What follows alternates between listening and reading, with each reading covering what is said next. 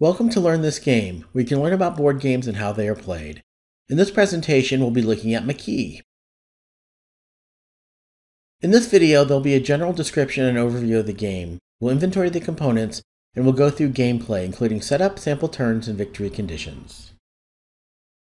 In the description, there'll be some helpful links. There's also a timestamp index so you can navigate directly to any part of the presentation. If you want to skip this introduction and go straight to the setup and gameplay, you can go to the timestamp index now in the description. And if you find this video helpful, please like, subscribe, and share. You can also leave a comment to let us know what game you'd like to see reviewed, or if you have the game, share your experience and opinion. Your support really does help the channel grow and provide more content. MAQUIS was published in 2013 by Sideroom Games and designed by Jack Staines. In this solitaire game, you participate in the French resistance in World War II by completing various missions to fight the Nazi occupiers. The age recommendation is 14 and older. This is a low complexity game, and each game averages 30 minutes to play. The game is designed for one player. There are no multiplayer variants. An app is not required to play the game, but there are standalone app versions on both Google Play and the App Store. Now that you've seen a brief introduction of the game, let's get into the game itself.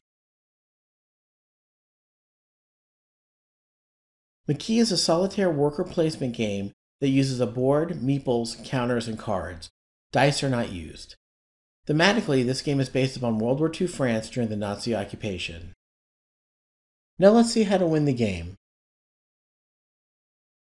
You are a member of the resistance attempting to dismantle the Nazi occupation of France during World War II. A paramilitary unit called the Milice has been tasked with policing the populace. In each game, you have 15 turns, where each turn is a day, to complete 2 missions before the occupation discovers you. Each mission card describes how to accomplish that particular mission. Each card also shows the mission actions required, which we will explore during the playthrough. Now let's review the components. There is a 12-page color rulebook. There is 1 small game board. There are 9 spare room action tiles and 4 anti-aircraft tokens. There are 32 resource tokens, including guns, weapons, food, and more. There are 5 white resistance worker pawns. There are 5 blue militia patrol pawns and 5 red soldier pawns. There are 10 yellow action cubes, and there are 3 additional cubes used for tracking. There is 1 quick reference card. There are 10 patrol cards. There are 14 normal-sized mission cards, and 4 larger mission cards that have more difficult objectives. Finally, there is 1 morale and soldier tracking board. Now let's set up the game for our sample playthrough. First, we'll place the game board in the play area. The board is a map of the areas where we will be conducting our covert operations. The turn track is on the left side of the board. Next, we shuffle the 10 patrol cards and place them face down in a single stack. We then place the morale board nearby. This tracks our morale and also the number of active enemy soldiers. We place the blue tracking cube on the turn track starting at 0. We place the white cube on the morale start space, which is number 6. And we place the red tracking cube on the 0 square for the soldiers. Next, we place 3 white resistance worker pawns at the safe house at the bottom of the board. We also place the remaining 2 resistance worker pawns next to the cafe. These workers will only enter play if they are recruited by another worker in the cafe space. Next, we'll set up the supply area.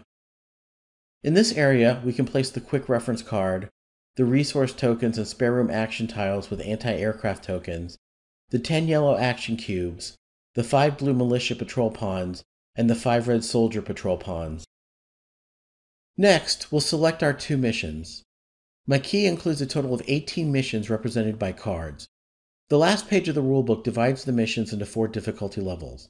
You can select the missions you want to play based on difficulty level, or you can select 2 at random. The first mission we'll select is Militia Parade Day. Let's take a closer look at this mission. The top of the card shows the name of the mission. The orange shield with the star indicates that rewards may be received from the action taken, even if the worker is arrested. The mission actions are shown in this area, and let us know what we need to do to successfully complete this mission. In this mission, the action rectangle has a dashed border, which means the worker must be placed on another location instead of this card in order to complete the objective. The card text will provide additional details. As indicated by the weapon icon, we must deliver one weapon on one of the parade days listed at the location Rue Berada. Our worker will be arrested, but morale will be increased by 1. Now let's look at the second mission we selected called Sabotage. Again, the mission name is at the top, and this mission also has the orange shield with the star. This mission has 3 action rectangles numbered 1 through 3. This indicates that these actions must be completed in numerical order from 1 to 3. The action rectangles are formed by solid lines, so this mission card serves as an actual location attached to the game board, and workers must be placed on this card to complete the objectives. The third rectangle shows that we will need explosives to complete the third step of this mission. The card text at the bottom explains that we must visit the factory on 3 separate days with delivery of the explosives on the 3rd visit. We then place both missions at the top of the game board. We are now ready to start the game. Now let's see how the game is played. We will play through one complete sample turn and review some pointers on strategy. There are 15 turns that are tracked on the game board. Each turn represents 1 day. Each day has 3 phases, which we will track in the upper left of the screen. We will start on day 1 with the placement phase. First, we check the morale track to determine how many patrol pawns will be placed this day. At morale level 6, we see the red number which indicates that 3 patrol pawns will be placed during this phase. We will now alternately place resistance workers from the safe house and patrols 1 pawn at a time.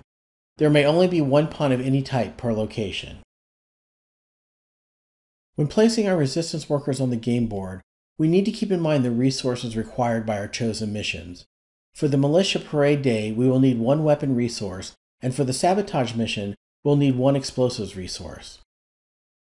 We start with no resources, so our resistance workers will need to be placed to gather them before we can complete the missions. In order to obtain a weapon resource, we have several options. One option is to visit the fence and exchange 1 yellow money token for a weapon token, as indicated by the white arrow. However, we do not yet have any money tokens, so this would not be a good choice at this time. We could also place a worker at Radio A or Radio B. These locations give us the option of acquiring a blue intel token or an airdrop. The slash between the icons indicates one or the other. If we choose the airdrop option, we can refer to our reference card to review our choices. We can add 1 money or 1 weapon or 3 food onto any empty field of our choice. There are 2 fields that can receive airdrops, but the chosen field must be empty to receive one. The sabotage mission requires 1 explosives resource. In order to create explosives, we must create a chemist lab. Spare room action tiles are placed in any of the 3 spare room locations. In order to create the chemist lab, a worker must visit the spare room and pay 2 money tokens. Then a worker must visit the lab on a subsequent turn and pay 1 medicine token to obtain an explosives token. So now we know before placing our workers that we need at least 1 weapon token, 2 money tokens, 1 explosives token, and 1 medicine token to fulfill the mission requirements. This knowledge will help us in strategically placing our workers. At the beginning of the game, we have 3 resistance workers at the safe house. The maximum number of workers we can have is 5. And once a worker is arrested, it is removed from play for the rest of the game and cannot be re-recruited. We place our first worker at the grocer location, which will enable us to obtain 1 food resource during the action phase. In order to place the first militia pawn, we draw the top card from the patrol deck. The patrol card lists 3 locations on the board where a patrol pawn can be placed. If the first location does not contain a worker or a patrol, we place the patrol in that location. If that location is occupied by any pawn, we then check the second location and place the patrol there. However, if that location is also occupied, we would check the third location to see if we could place the patrol there instead. If that location is also occupied, then the patrol will attempt an arrest. To attempt an arrest, we go back to the top of the card again. This time the patrol will stop at the first location occupied by a worker and arrest that worker, then take that worker's place in the location. If all 3 locations are occupied by patrols, then the patrol pawn will not be placed that day. In this case, the fence location is empty, so we can place the first patrol pawn at that location and place the patrol card in the patrol discard pile. We will move our second worker from the safe house to the black market. It is now the patrol's turn, so we draw the next patrol card. The first location listed is Radio A. Since this space is unoccupied, we will place a blue militia pawn at that location. It is now our turn again, and we only have one more worker to place. We place the worker at the Radio B location. The militia then gets to place its final pawn. We draw another patrol card. The first location listed is the grocer. Since this location is occupied, we then examine the second location listed on the patrol card. The location is unoccupied, so we place the final militia pawn at that location. Now that we have placed all of the pawns, we move to the action phase. In any order we want, we now activate our resistance workers one at a time. Workers may only be activated once per day and only for one action each. Resources acquired during a day may be used later in that same day by another worker to pay for an action. We are also not obligated to perform an action just because we have a worker in a location. We will activate the worker at the grocer location. The icon in this location allows us to obtain one food token. We take one food token from the general supply and place it nearby for future use. All resource tokens are limited to 4 tokens of each type. Next, we check the worker's escape route. The worker must be able to trace a clear route from their present location back to the safe house. A worker may only pass through empty locations or locations occupied by other resistance workers. Since there is a clear route, we can return the worker to the safe house. Let's now activate the worker at the black market. The icons show that we can pay 1 medicine token or 1 food token in order to gain 1 money token, but at the cost of losing 1 morale point. We choose not to perform this action at this time since we do not want to lose a morale point.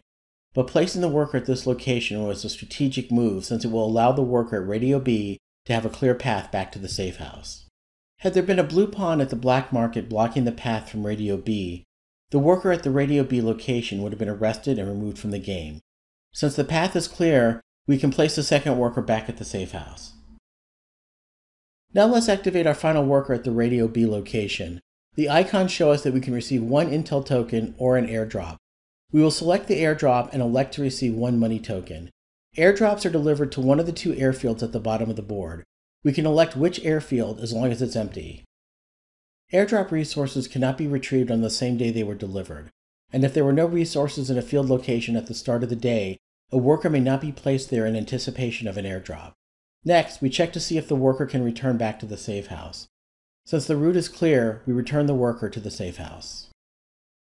Since that was all of our workers, we then proceed to the upkeep phase. In this phase, we remove all patrols from the board. We then increase the day track by 1. Whenever the day marker moves onto an orange space, we decrease the morale track by 1. We would then start the placement phase for the next day. Now that you've seen how the game is set up and the 3 phases played each day, here are some pointers on how to play the game as you attempt to accomplish these 2 missions. Let's take a look at the Militia Parade Day mission. For this particular mission, on any of the parade days, indicated by the orange spaces, a worker must be placed on the Rue Berada location with a weapon token. You have different ways of obtaining a weapon token. One way is to visit the fence location and exchange 1 money token for a weapon token. Another option is to visit one of the radio locations and order an airdrop of 1 weapon token. When a resource is dropped into a field, you must send 1 worker to that location and use that worker's action to acquire the resource. According to the mission card, after the worker delivers the weapon on a parade day, the worker is arrested, but you get to increase the morale by 1. The mission card also indicates that the road between the fence and the target location is blocked on parade days. You can place a yellow action cube to remind you of the blocked path. When you successfully accomplish the mission, you can place a yellow action cube on the action rectangle to show that it has been completed. Now let's take a look at the sabotage mission card. The solid rectangles indicate that a worker must be placed on the actual mission card to accomplish the objective. The rectangles are numbered, so they must be completed in numerical order. When a worker is placed on the mission card, you can place a yellow action cube to show that the action was completed. The orange shield with the star indicates that the worker can still receive the reward from the action, even if the worker cannot trace a path back to the safe house and is arrested. This applies to all of the locations on the board marked with this shield. The third step requires explosives. In order to obtain an explosives resource, you must purchase a chemist's lab. There are 3 spare rooms where you can purchase and place spare room action tiles. In order to purchase the chemist's lab, a worker must be placed in a spare room and then spend 2 money tokens as their action. The orange shield indicates that this action can be completed even if the worker is subsequently arrested. After the lab is placed at the location, another worker must be placed at the location on another turn and spend 1 medicine resource to acquire the explosives token. After the explosives are obtained, a worker can then deliver them to the mission card to complete the final objective after the first 2 rectangles are completed. You can also send a worker to the cafe, where you can spend 1 food token to recruit a worker that you will place at the safe house immediately after recruitment. Recall that you can only have a maximum of 5 workers, and once a worker is arrested, they cannot re-enter the game. Another tactical option is shooting a militia patrol.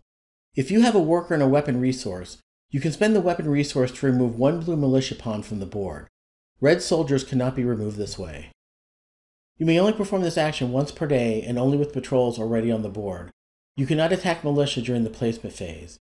This can free up a route back to the safe house so that the worker is not arrested, but you can also shoot a militia patrol even if it is not blocking a route. After shooting the patrol, you increase the soldier track by 1 and decrease the morale track by 1. The removed militia patrol is replaced by a red soldier patrol in future turns. Another tactic is to use a fake ID resource. You may place a fake ID resource on the board with a worker in the placement phase, in the same location as the worker. If the worker is blocked on the way back to the safe house, the fake ID can be used to bypass a single militia or soldier patrol. If used, the fake ID is spent and returned to the token pool. If the worker is not blocked, the fake ID can be saved for a future turn. You should now have enough information to start your first game. Remember to carefully read the mission cards you select so you can plan the most efficient strategy to accomplish the objectives. Now let's review the winning and losing conditions of the game. If you obtain a major success on a 3-star mission and complete the second mission, you score a major win. You score a win if you succeed at 2 regular missions, or if you obtain a major success on a 3-star mission, but fail to complete the second regular mission before the day track marker is placed on the end space. You score a draw if you complete 1 regular mission, but not the other when the day track marker reaches the end space. You lose if your last worker is arrested, the town's morale reaches the fail space, or the day track marker reaches the end space before you've completed either of your missions. This concludes this review of MAQUIS. Visit us at these sites and don't forget to leave a comment to share your experience with the game, or to let us know what games you'd like to see reviewed and played. And if you'd like to experience something more exciting than undermining the Nazi occupation, stick around for our disclaimer. Coming up next.